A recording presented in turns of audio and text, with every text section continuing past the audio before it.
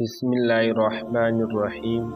السلام علیکم ورحمۃ اللہ وبرکاتہ۔ حضرت ابو سعید خدری رضی اللہ عنہ راوی ہیں کہ رسول کریم صلی اللہ علیہ وسلم نے فرمایا کہ بنی اسرائیل حضرت موسیٰ کی قوم میں ایک شخص تھا جس نے 99 آدمیوں کو قتل کیا۔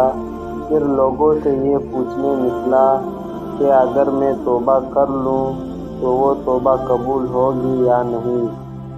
چنانچہ اسی سلسلے میں وہ ایک عابد و زاہد کے پاس آیا اور اس سے پوچھا کہ کیا اس اتنے بڑے گناہ سے یا اس اتنے بڑے گناہ کرنے والے ہی کے لیے توبہ ہے، یعنی کیا اس کی توبہ قبول ہوگی یا نہیں؟ اس عابد و زاہد نے کہا کہ نہیں۔ اس شخص نے یہ سنتے ہی اس عابد و زاہد کو بھی قتل کر دیا اور پھر دوسرے لوگوں سے پوچھتا پھرنے لگا۔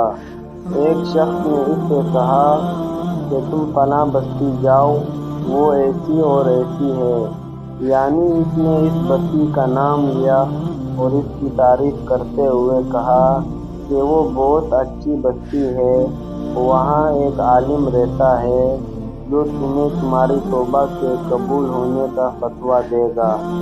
چنانچہ وہ شخص اس بستی کی طرف چل کھڑا ہوا۔ ابھی آدھے ہی رستے پر پہنچ پایا تھا کہ اچانک اسے موت نے آ دبوچا۔ چنانچہ اسے موت کی علامت محسوس ہوئی تو اس نے اپنا سینہ اس بستی کی طرف جھکا دیا اور پھر اس کی روح قبض کرنے کے وقت رحمت کے فرشتے اور عذاب کے فرشتے ملک الموت سے جھگڑنے لگے۔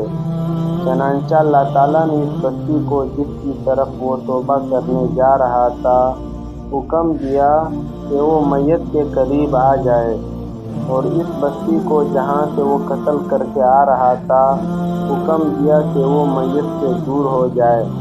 پھر اللہ تعالیٰ نے ان فرشتوں سے فرمایا تم دونوں بستیوں کے درمیان پیمائش کرو، اگر میت اس بستی کے قریب ہوگی جہاں وہ توبہ کے لیے جا رہا تھا تو اسے رحمت کے فرشتوں کے حوالے کیا جائے، اور اگر اس بستی کے قریب ہو جہاں سے وہ قتل کر کے آ رہا تھا تو عذاب کے فرشتوں کے حوالہ کیا جائے گا۔ چنانچہ جب فرشتوں نے پیمائش کی تو وہ توبہ کے لیے جس بستی کی طرف جا رہا تھا اس سے ایک بالشت قریب پایا گیا، بس اللہ تعالیٰ نے اسے بخش دیا۔ تمام مسلمان بھائیوں سے گزارش کرتا ہوں کہ ویڈیو کو لائک، شیئر اور سبسکرائب ضرور کریں۔ جزاک اللہ خیر۔